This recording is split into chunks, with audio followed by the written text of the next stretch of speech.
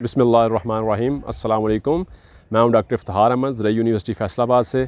आज हम हाज़िर हैं एक नए टॉपिक के साथ। आज हम बात करेंगे कि गुलाब की नर्सरी कैसे तैयार की जा सकती है और इसकी नर्सरी और गुलाब की काश्त के लिए ज़मीन की तैयारी हमें कैसे करनी चाहिए।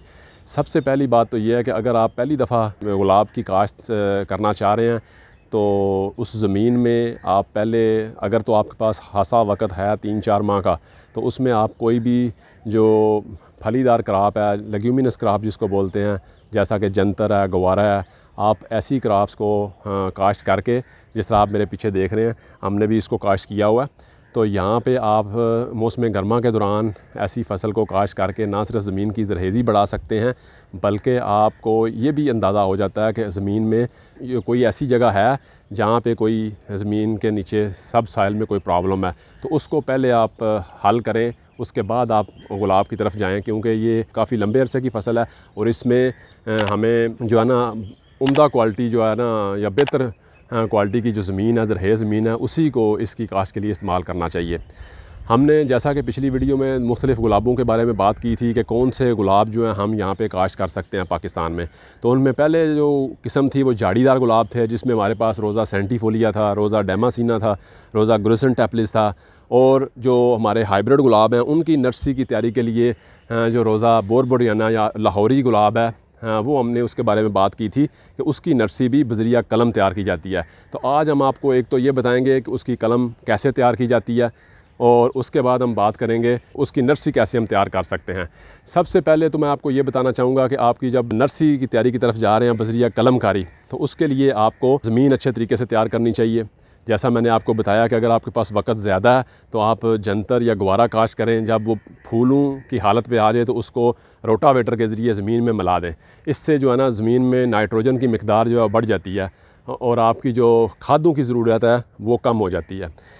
अगर आपके पास वक़्त इससे कम है तो अगर 1 या 2 माह हैं तो उसमें आप गोबर की जो अच्छी तरह गली सड़ी खाद है, आप उसकी जो है ना फ़ी एकड़ 2 से 4 ट्रालियाँ, जैसा कि आपकी ज़मीन की ज़रख़ेज़ी है उसके मुताबिक आप उसमें ये डाल के उसको अच्छी तरह मिक्स कर दें। लेकिन इसमें यह ख्याल रखना ज़रूरी है कि गोबर की खाद जो है अच्छी तरह गली सड़ी हो, ताकि उसमें दीमक का हमला ना हो सके। अगर आप ताज़ा खाद ज़मीन में डालेंगे तो उससे एक तो ख़तरा होता है कि दीमक का हमला हो सकता है, दूसरा उसमें ये प्रॉब्लम आती है कि चूँकि उसने अपने गलने सड़ने के लिए उसको भी नाइट्रोजन की ज़रूरत होती है, तो बजाय नाइट्रोजन मुहैया करने के जो ज़मीन में ऑलरेडी नाइट्रोजन पाई जाती है वो भी जो बैक्टीरिया है वो इस्तेमाल कर लेते हैं।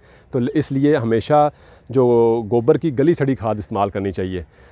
उसको आप ज़मीन में अच्छी तरह मिलाकर उसको एक दफ़ा अपनी ज़मीन को आप पाशी कर दें। तो उसके बाद जब जड़ी बूटियाँ वगैरह अगर उसमें कोई बीज होंगे तो वो निकल आएंगे। उसके बाद आप उस पे जड़ी बूटी मार स्प्रे कर सकते हैं, राउंड अप वगैरह। अगर आप वो नहीं करना चाहते तो आप उसको हल चला कर उनको ज़मीन में मिक्स कर सकते हैं। तो इस तरह आप जो है ना इब्तदाई तौर पे अपनी ज़मीन की ज़रख़ेज़ी बढ़ा सकते हैं। अब आपने ज़मीन की ज़रख़ेज़ी बढ़ा ली है तो अगला स्टेप है इसकी ज़मीन कैसे तैयार करना है और उसका लेआउट कैसे करना है। तो इसके लिए मैंने आपको बताया कि जो गुलाब की कलमें लगाने का पंजाब में, पाकिस्तान में बेहतरीन जो मौसम है वो दिसंबर जनवरी है। तो अगर आप दिसंबर जनवरी के दौरान अपनी नर्सरी के लिए कलमें हासिल कर लेते हैं या तैयार कर लेते हैं तो उसके लिए आपने ये, जैसा मैं इस फ़ोटो में आपको नज़र आ रहा है, इसके मुताबिक आप अपनी नर्सरी का लेआउट कर सकते हैं। इसकी नर्सरी लेआउट करने के 2 तरीके हैं। पहला तरीका ये है कि उसमें, जैसा ये फ़ोटो में आपको नज़र आ रहा है, कि आप अपनी जो ज़मीन है उसके बड़े बड़े क्यारे बना लें और क्यारे बनाने के बाद उसमें आप उसको आप पाशी कर दें। जब आप पाशी कर दें उसके बाद आप उसके अंदर गीली ज़मीन में लेआउट करके तो उसमें आप कलमें लगा सकते हैं। दूसरा तरीका जो है वो ये है कि इसमें आप खुश्क ज़मीन में भी आप काश्त कर सकते हैं। इसमें भी आप पाशी पहले कर सकते हैं और आप पाशी के बगैर आप खुश्क ज़मीन में कलमें लगा के उसके बाद भी आप पाशी कर सकते हैं। अब हम आते हैं कि कलम कैसे तैयार करनी है। जी नाज़रीन, तो ये हमारे पास है गुलाब की जो शाह है, तकरीबन ये 9 माह की उम्र की है। तो इसको मैं आपको बताऊंगा कि हम इसकी जो है ना कलम कैसे तैयार करते हैं। यहाँ पे आप देखें तो एक तो सबसे पहले कि कलम आपने सीधी लगानी है, तो उसके लिए आपको पता कैसे चलेगा कि ये कलम सीधी है, जब इस पर पत्ते भी नहीं होंगे। तो फिर आप इसके देखें कि अगर बड्स विजिबल नहीं हैं तो फिर आप इसके देखें ये जो कांटे हैं जिनको प्रिकल्स बोलते हैं, इनकी जो नोक है वो ज़मीन की जानब होनी चाहिए। जब ज़मीन की जानब होगी तो कलम सीधी होगी, उल्टी कलम लगाने से वो नहीं चलेगी। बहुत से लोग जो हैं वो उल्टी कलमें ज़मीन में लगा देते हैं, जिस वजह से उनकी अफजाइश नहीं होती है। लिहाजा इस बात का ख्याल रखना। दूसरा, अगर आप ये देखें तो जहाँ से पत्ते निकलते हैं इसके अंदर बड होता है। तो अगर आप ये देखें तो हम इसके बड के करीब, बड को नुकसान नहीं पहुँचना चाहिए, लेकिन इसके करीब आप जो है इसको तिरछा जो है ना यहाँ पे आप कट लगाते हैं ताकि वो इसके नज़दीक हो और बड भी उससे ज़ख्मी ना हो। फिर आपने तकरीबन 4 से 5 या 6 बड छोड़ के तकरीबन 4-5 इंच लंबी जो कटिंग बनानी है, तो वो जो ऊपर वाला बड है उससे जितना दूर हो सके आप उसको काट लगाएंगे। और ये काट हम आमतौर पे सीधा लगाते हैं।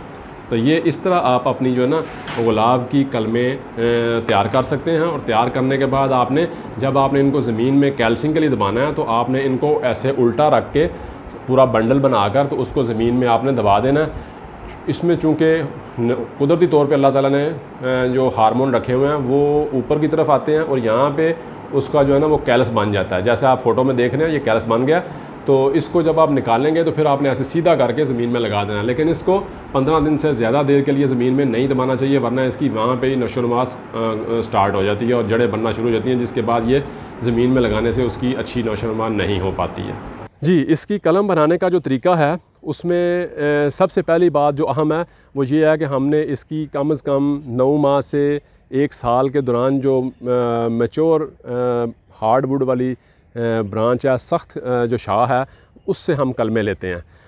कुछ लोग इसकी छोटी शाख की भी कलमें लेते हैं, लेकिन हमारे तजर्बात के मुताबिक कम से कम जो 9 माह की जो शाह है उससे जो हम पौधे तैयार करते हैं, ख़ास तौर पर रोज़ा सेंटिफोलिया की या सुरखा के या रोज़ा डेमासीना के, तो उनमें उसकी सर्वाइवल जो परसेंटेज है या पौधे जो हैं वो ज़्यादा तैयार होते हैं, उनकी रूटिंग ज़्यादा होती है क्योंकि उसमें खुराक की मिकदार ज़्यादा होती है। अगर आपके पास वक़्त है तो आपने जब आप कलम तैयार कर रहे हैं तो उसमें आपने ये बात ख्याल रखना है कि जो नीचे वाला कट लगाना है वो कट जो है वो जो बड है उसके नज़दीक होना चाहिए, जबकि ऊपर वाला कट जो है वो बड से दूर होना चाहिए। नीचे वाला कट बड के नज़दीक क्यों लगाते हैं कि उससे वहाँ से उसकी जड़ें बनने के ज़्यादा चांस होते हैं, कैलस बनने के ज़्यादा चांस होते हैं। जबकि ऊपर वाला कट हम दूर क्यों लगाते हैं, ताकि जब आप कलमें लगाएं तो उसके बाद अगर दिन को गर्मी वगैरह बढ़े तो उससे वो जो ऊपर वाला बड है जिससे शाह निकलनी है वो खुश्क ना हो जाए। इसके अलावा जो कलम बनाने में हम कट कैसे लगाते हैं इसमें कोई हार्ड एंड फास्ट रूल नहीं है। आपकी जो अपनी रिक्वायरमेंट्स हैं, आपके एरिए के मुताबिक जहाँ आप लगा रहे हैं उसके मुताबिक आप लगा सकते हैं। आम तौर पर पाकिस्तान में हम नीचे वाला जो कट है वो तिरछा कट लगाते हैं, ऊपर वाला कट जो है वो स्ट्रेट कट या अमूदी कट लगाते हैं, लेकिन उसमें हार्ड एंड फास्ट रूल नहीं है। अगर आप ऐसी जगह पे कलम लगा रहे हैं जहाँ पे ज़्यादा बारिशें हैं या मौसम बरसात में लगा रहे हैं तो वहाँ पे आप ऊपर वाला भी तिरछा कट लगा सकते हैं। अगर आप ऐसे मौसम में लगा रहे हैं, गर्मी के बढ़ने के चांसेस हैं, मौसम गर्मा आ रहा है तो मौसम, अगर आप बाहर में कलमें लगा रहे हैं तो ऐसी सूरत में आपको ऊपर वाला कट स्ट्रेट लगाना चाहिए। इससे जो ज़ख्म होता है उसका जो एरिया होता है वो कम हो जाता है और वहाँ से पानी का जो अखराज है वो कम होता है और जो कलम है उसकी नशोनुमा और उसकी जो पौधा बनने के चांसेस ज़्यादा होते हैं। तो इसके अलावा मैं आपको ये बताना चाहूँगा कि जब आपने कलमें बना ली तो उससे नेक्स्ट स्टेप जो होता है वो है कैलस डेवलपमेंट या कैलसिंग करना। कैलस कैसे डेवलप करते हैं? बेसिकली 2 तरीके हैं। एक कुदरती तरीका है कि अगर आपने कलमें बनाई हैं, किसी वजह से आपकी ज़मीन तैयार नहीं है या बारिश आ गई है या किसी वजह से आप कलमें अभी नहीं लगा पाते, तो उसमें आप उसको कैल्शियम के लिए आप उनको रख सकते हैं। अब उसका क्या तरीका है कि आपने जब कलमें बनाई, ये जैसा आपको फ़ोटो में नज़र आ रहा है, तो उसके नीचे आपने उसको कलमों को अमूद की हालत में उनको उल्टा करके तो आपने ज़मीन में गड़ा बना के उसमें रख देना और उसके ऊपर उसको मिट्टी या रेत से ढांप देना है और उसको आपने 10 से 15 दिन के लिए मॉइस्ट रखना है। मॉइस्ट का मतलब है कि उसको हल्का तर रहना चाहिए, ना बहुत ज़्यादा पानी देना है और ना उसको खुश्क होने देना है। तो जब आप 10 से 15 दिन के बाद उसको निकाल के सीधा करेंगे तो उसके आप देखेंगे कि वहाँ पे जो उसका नीचे वाला हिस्सा है उस पे ऊपर जो जिस तरह आप फ़ोटो में ये देख रहे हैं कि वाइट एक जो मैस बन जाता है जिसको कैलस कहते हैं। ये कैलस जो है उसकी जड़ें बनाने में मददगार होता है। तो इसके लिए बेहतर ये है कि आप कैलस करके तो आप फिर आप कलमें लगा सकते हैं। लेकिन अगर आपके पास वक़्त नहीं है या आप ज़्यादा तादाद में कलमें लगा रहे हैं तो ऐसी सूरत में आजकल जो हमारी मार्केट में मुख्तलिफ जो है ना ये ग्रोथ हार्मोन्स जो हैं, जिस तरह इंडोल ब्यूटारिक एसिड है, IBA जिसको कहते हैं, सबसे इफ़ेक्टिव ये है। इसके अलावा नैफ्थलीन एसिटिक एसिड भी है, इसके अलावा सिराडिक्स पाउडर भी है, कुछ रूटिंग पाउडर जो है मार्केट में भी अवेलेबल हैं, ठीक है। तो आप उनमें उनका सोल्यूशन अगर आप IBA यूज़ कर रहे हैं तो 1000 से 1500 जो मिलीग्राम पर लीटर है या ppm है, उसके लिए तकरीबन 1.5 ग्राम उसको पानी 1 लीटर पानी में हल करके उसका सोल्यूशन बना लेते हैं। इसके सोल्यूशन बनाने का तरीका भी है, थोड़ा सा इसको जो है ना पहले NaOH में उसको हल करते हैं, उसके बाद आप उसमें पानी डालते हैं, क्योंकि ये डायरेक्ट पानी में हल नहीं होता है। तो इसको जब आप तैयार कर लें तो उसमें आप कलमों को 5 से 10 सेकंड के लिए उनका निचला हिस्सा जो है उसको दबो के अगर लगाएंगे तो वही जो कैलस बनने वाला 10 से 15 दिन वाला अमल है वो भी बआसानी हो जाता है, और इसमें भी आप उसी क्वालिटी के ज़्यादा पौधे तैयार कर सकते हैं। अगर आपको ये वीडियो अच्छी लगी हो तो आप इसे आप दूसरे दोस्तों के साथ शेयर कर सकते हैं। इसके अलावा अगर आपका कोई भी क्वेश्चन हो ये जो गुलाब की नर्सरी की तैयारी के बारे में, तो आप हमसे रब्ता कर सकते हैं। ये जो मैंने आपको बताई है प्रोपेगेशन, ये है झाड़ीदार पौधों या दूसरे जो रोज़ा बोरबोनियन उसके रूट स्टॉक की तैयारी के लिए।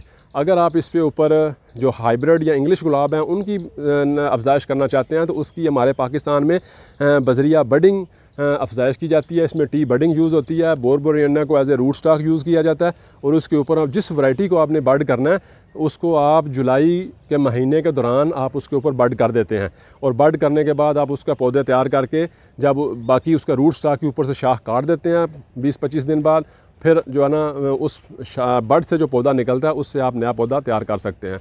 इसके बारे में अगर आप मज़ीद आपका कोई क्वेश्चन हो तो आप हमसे कमेंट्स में रब्ता कर सकते हैं।